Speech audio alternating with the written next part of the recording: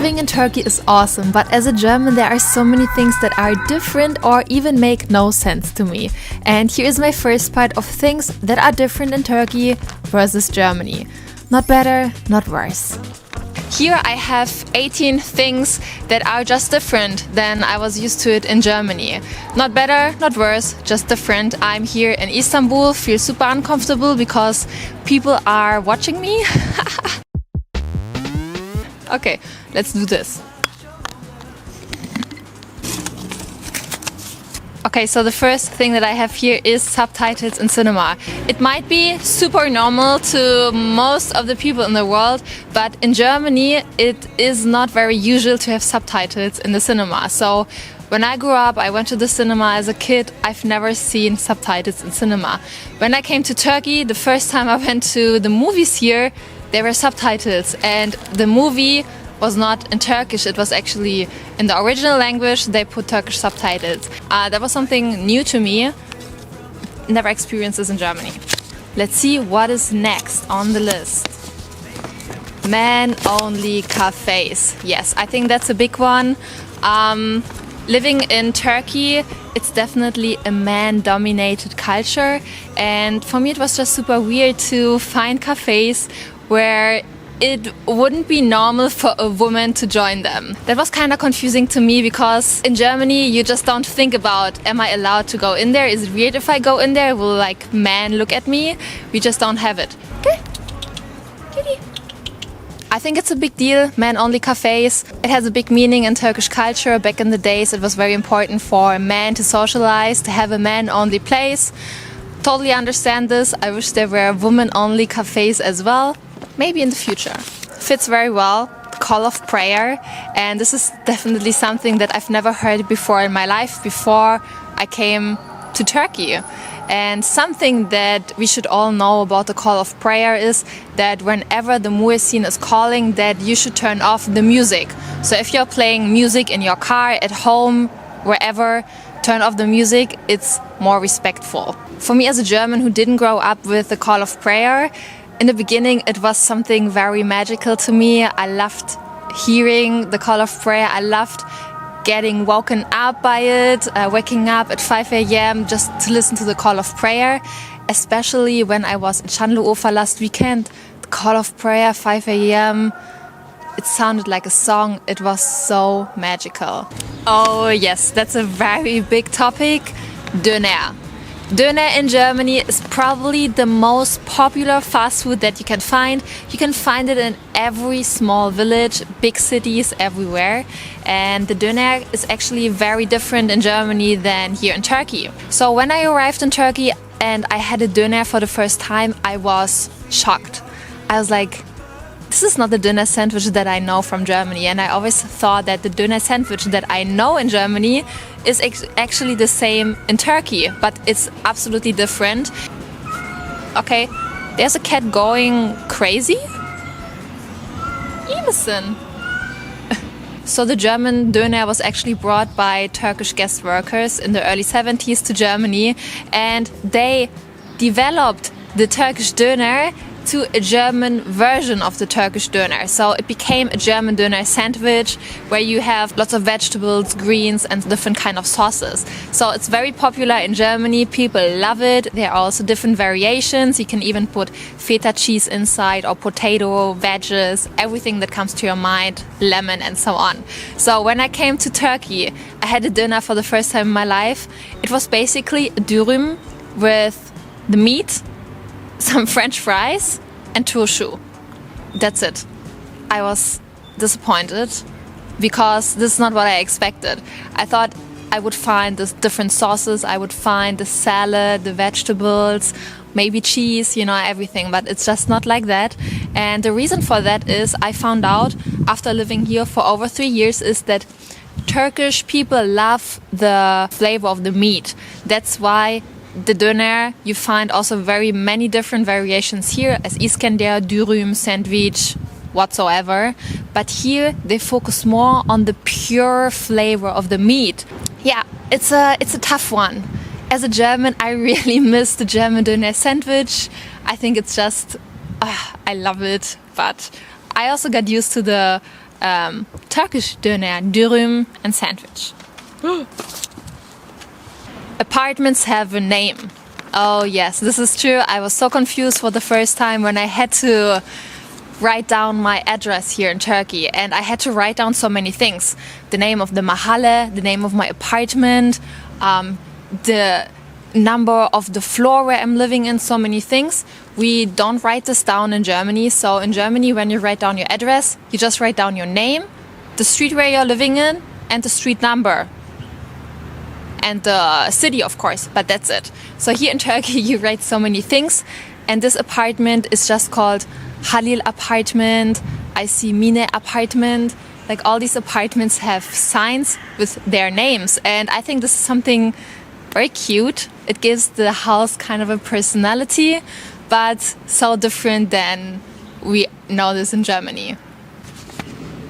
I've written down here Tekel Bakkal supermarket. Yes, it's true. Here in Turkey, we have so many different kind of supermarkets where you can different kind of products. So if you want to buy alcohol, you have to go to a tekel. A tekel is basically a place where they are allowed, they have a license to sell the alcohol. If you go to a bakkal, you will probably not find alcohol there, but you'll find all other kind of groceries there. And in a big supermarket, they have both. They have everything you need, also alcohol. Sometimes they do have alcohol, sometimes they don't. But here, definitely the tekel are special places where you can buy alcohol. Yogurt. Oh my god, yogurt is a very big thing here in Turkey. I didn't know before that you can combine yogurt with so many things. Here they eat yogurt with meat. They even drink yogurt as a soup. We have the yayla çorbası. We have so many dishes here that you can combine with yogurt, like Iskender. In Germany, yogurt is more like a dessert, so you don't really have it as a main dish. So this was something so unusual for me when I first came here and explored the Turkish cuisine. The basket tradition for deliveries. Oh yes, I think this is also something very unusual and uncommon in Germany. Here in Turkey, if you are an elderly person or you live on the top floor of your apartment, it's very common that you have a basket in your home, and whenever you hear someone calling on the street or you have someone going down to the supermarket, that you just throw the basket down there and you can put your shopping list in there, or you can tell the guy who's selling the potatoes how many potatoes you want to have, put the money in there, and then he will put the potatoes in the basket and you just get it up there. I think it's very smart, and it's still very common here in Turkey. I just saw it on my way here, so this is definitely something where I realize it's a different culture. Living in the basement. Yes, this is definitely something very common for Istanbul. I'm not sure about the other cities, but when you walk in the big city, you will see that most houses have apartments in the basement. And these basement apartments also have windows that are just on the ground floor. In Germany, I don't think that we have windows in our basement apartments. So here it's just so common to have a basement apartment and people living there with windows right on the ground of the street. Pillows are smaller here and blankets are bigger. Up until now, it really frustrates me because I still have like covers for my blankets from Germany, especially pillow covers. And the pillow covers from Germany are just too big for the pillows here. Like the first time I was here, like, this pillow is so small. How am I able to feel comfortable with this? But like everything in life, you will get used to it. And one thing that I really love is that the blankets, in contrast to that, are way bigger here. So the blankets here for one person start at 155 centimeters. In Germany, they are only 135 centimeters. So it's like a 20 centimeter difference. And I love this because I love to have big blanket, and whenever I go back to Germany, I'm like, oh my god, how can they sleep with this tiny blankets? Yeah, it's just different. Bitter chai. In Germany, we don't really have a big tea culture. So when we drink tea, we usually drink like fruit kind of teas, or we add sugar to it. But here in Turkey, chai is chai. chai belongs to the daily life, and especially black tea. In Germany, I would say black tea is not very common. We don't really like to drink just black tea. Here in Turkey, every single day, they start their day with a black tea, with chai. It's not like on the bazaar as a tourist, when you come here, you get like this sweet apple tea. So I was like, this is the Turkish tea, but actually it's the black tea. And you have to get used to it. Pistachio on every dessert. Yes, this is absolutely true. Something that is just different to Germany. We also have pistachio in Germany, but here it's very dominant in the desserts. We have baklava, künefe, lokum, halva. On all these desserts, you can find pistachio. And if there's no pistachio in the dessert, is it really a dessert? I don't think so. Pistachio, super important in Turkish cuisine. Cardboard police cars. I remember the first time when I was driving in Turkey and I saw a cardboard police car from the distance. I was like, oh no, this is a real police car. So when you get closer, you realize it's not actually a real police car, but it just looks so real when you've seen it for the first time. And still, after 3 years living here, I still get confused when I see the cardboard police cars. I've never seen this in Germany, and I think it is kind of smart to put this there. It's very effective for new drivers. Not so sure about the drivers that know where these cardboards are, but it's definitely a very cost-effective way of making sure the speed limit is respected. The color of sausages. Okay, this is just a small one, but in Germany we have lots of different kind of sausages, but there is one sausage that we do not have in Germany, and that's like a very red colored sausage. And here in Turkey I mostly see like these red colored sausages. It's just so weird looking to me. I'm actually a bit afraid of trying these sausages because this red color looks just so unnatural to me. In Germany we have, to me, it's a more natural color. For Turks it might be unnatural, I don't know, but the sausages colors here, I'm afraid of the sausages. French fries for breakfast. Breakfast in Turkey is amazing. They have so many different things for breakfast, especially tomatoes, cheese, cucumbers, olives, and so on. Super healthy breakfast, but they have French fries. I don't get it. Why do you eat French fries for breakfast? It's not a breakfast dish. It's like a side dish for your lunch or for your dinner. But for breakfast, really? I don't get it. One sentence can be one word. Oh yes, the Turkish language is definitely very different from European languages. You can form a whole sentence and in the end it will just be one word. For example, saying Berlinliyim means I'm from Berlin. So instead of using 3 words, or in German, ich bin aus Berlin, 4 words, in Turkish it's only 1 word, Berlinliyim. And I think this is super interesting. It makes learning Turkish so much fun. I think it's a very interesting concept. It makes your brain work in different ways, and I really love this about the Turkish language. Paying the postman. So this is something that was super weird to me when I came to Turkey, because in Germany the postman is just a postman. He delivers your package and that's his job. But here in Turkey, the postman has so many different duties. Like, he has to make sure you are paying the taxes.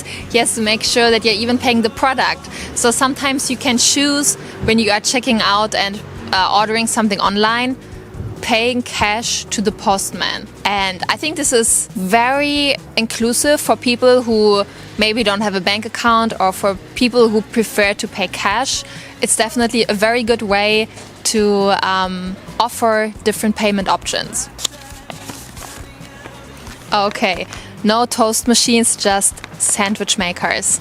This was so confusing to me when I came to Turkey, because in Germany it's very common to have a toast machine, and a toast machine is in every single German household. But here in Turkey, I've probably never ever seen a toast machine. You just see these sandwich makers, and they basically use it as a toast machine, but they also use it to cook their meat. They use it for basically everything. Toast machines. I need a toast machine. Also, it's just not common here. Water is sıcak or soğuk versus sparkling water in Germany. Yes. Here in Turkey, when you order water, they will probably ask you, do you want this cold or warm? And in Germany, they will not ask you this question. They will just ask you mit Sprudel oder ohne. So they will ask you, do you want sparkling water or not? I really miss sparkling water. Here in Turkey, they have sparkling water in like these small bottles. It feels like more fancy to drink sparkling water. Here it's also more expensive than normal water. In Germany, it's the same price. So I feel like if you drink sparkling water here, it's like a luxury kind of water to drink. Yeah, it's very different than in Germany, as it's just equal to normal water. Kitty, yapıyorsun? I believe that this list could go on forever and ever, and also there are so many other things for other foreigners from other countries probably, but for me these are the main things that are just so different for me than in Germany. Not worse, not better. I also made a list about what's worse here and what I think in Turkey is so much more better and brilliant ideas. This will be part 2 and part 3, so I hope you like the video, and I'll see you next time from another province, I guess.